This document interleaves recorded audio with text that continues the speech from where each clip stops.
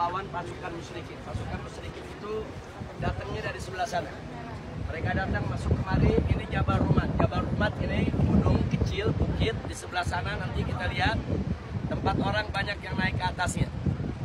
Ini di Jabal Rumat ini Nabi mengumpulkan para ahli pemanahnya. Nah, dulu sahabat-sahabat Nabi yang jago-jago memanah, Nabi sudah letakkan di sana. Sementara pasukan Nabi alaihi salatu wassalam menghadapkan pasukan orang-orang kafir. Nah, kemudian tadi sudah saya sampaikan, Nabi berpesan kepada yang ada di Bukit Rumat, apapun yang terjadi perang di lapangan di Bukit Rumat, jangan ada yang turun. Jangan ada yang turun apapun yang terjadi. Nah, singkat cerita, pada perang pertama terjadi pukulan pertama, pasukan musyrikin yang dipimpin oleh Abu Sufyan terpukul mundur. Jadi mereka dikejar-kejar oleh umat Islam. Di belakang sekali pasukan perempuan Hindun dan kawan-kawan yang ngegeprakin laki-laki kafir supaya jangan lari, memprovokasi untuk terus maju. Tapi mereka sudah terlanjur, mereka lari diporak-porandakan oleh pasukan Nabi alaihi salatu wassalam. Begitu ini lari tunggang langgang, yang di Bukit Rumat melihat bahwa orang-orang kafir ini sudah kalah. Orang-orang kafir sudah kalah. Akhirnya mereka berselisih. Sebagian bilang jangan turun, Nabi pesan apapun terjadi jangan turun. Tapi sebagian mengatakan enggak, itu pesan Nabi, kalau perang belum selesai jangan turun. Kalau udah selesai, udah menang, kita turun. Nah akhirnya yang dari gunung sebagian besar, bukit kecil ini turun rame-rame. Nah tujuan mereka turun, ya ikhwan, untuk ikut mengejar orang-orang kafir tadi. Tapi apa yang terjadi? Begitu mereka turun, mereka kejar orang-orang kafir, ternyata ada pasukan Khalid bin Walid datang, saudara. Pasukan Khalid bin Walid datang berputar lewat daripada belakang Bukit Rumat ini, sehingga pasukan Khalid bin Walid ada di belakang orang Islam. Nabi Sayyidina Hamzah perang lawan orang kafir. Yang di bukit turun, saudara. Nah kemudian pasukan Khalid bin Walid muter, dia bawa pasukan, dia hajar umat Islam dari belakang, sehingga umat Islam porak-poranda. Nabi kita terluka, bahkan beredar berita kalau Nabi sudah terbunuh. Begitu dengar kabar Muhammad mati, itu mental para sahabat jatuh, ya ikhwan. Karena mereka pikir Nabi sudah jatuh. Dan saat itu sebagian sahabat termasuk Abu Bakar Siddiq memeluk badan Nabi. Badan mereka semua dijadikan sebagai perisai. Jadi anak panah, tombak, sabetan pedang, itu semua banyak mengenai para sahabat yang melindungi Nabi kita Muhammad sallallahu alaihi wasallam. Akhirnya Nabi alaihi salatu wassalam memakai strategi maju selangkah, mundur 3 langkah. Maju selangkah, mundur 3 langkah. Sampai Nabi terhimpit di balik bukit, ya ikhwan. Terhimpit di balik bukit, naik ke atas bukit, para sahabat, orang kafir terus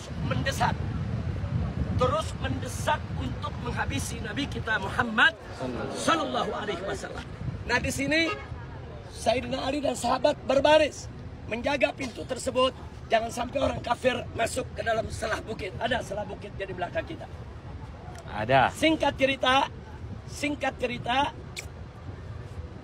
begitu Nabi sudah terdesak, orang kafir sudah di puncak kemenangan. Tiba-tiba ada berita bahwa ada pasukan Nabi yang lain dari kota Madinah ini sedang menuju ke Uhud. Begitu dengar berita, Abu Sufyan menyampaikan kepada orang-orang Quraisy, ya masyarakat Quraisy, kita sudah menang. Kita mundur sebelum kita yang dijepit oleh umat Islam. Jadi yang ada di benak orang-orang kafir, Nabi ke pojok sana, dari sini ada pasukan lagi, sehingga mereka nggak mau kejepit, ya ikhwan. Akhirnya mereka mundur. Nah jadi isu tersebut menguntungkan Nabi dan kaum muslimin. Nah dari situ Nabi alaihi salatu wassalam, orang-orang kafir ini bergeser, mereka menuju Humra'ul Asad, sementara Nabi dan para sahabat kembali ke kota Madinah. Apa perang Uhud sudah selesai? Belum. Besoknya terjadi perang Humra'ul Asad. Besoknya umat Islam menang tanpa pertempuran. Karena orang-orang kafir tunggang langgang lari menuju Mekah. Kenapa? Nabi dari Madinah dikumpulkan sahabat yang ikut perang Uhud. Kata Nabi, ini orang-orang kafir akan menyerbu Madinah. Sebelum mereka serbu Madinah, kita usir mereka supaya mereka tidak menyerbu Madinah. Nabi bentuk kelompok kecil.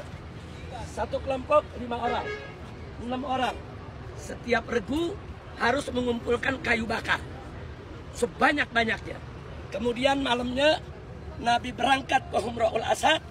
Di sana orang kafir lagi pesta kemenangan. Sahabat disebar di titik-titik. Ada ratusan titik. Setiap titik 5 orang. Setiap 5 orang kumpulkan kayu bakar yang banyak. Tunggu malam. Semua mesti sembunyi, tunggu matahari terbenam. Begitu matahari terbenam, setiap titik wajib bikin api sebesar-besarnya. Begitu matahari terbenam, api dipasang di mana-mana besar. Abu Sufyan yang lagi pidato kemenangan mengatakan apa? Ya masyarakat Quraisy, lihat itu api di depan kita semua. Ini satu titik api sebesar ini, aku perkirakan ada 1000 sampai 2000 pasukan. Ini ada ratusan, kita dikepung ini oleh Muhammad.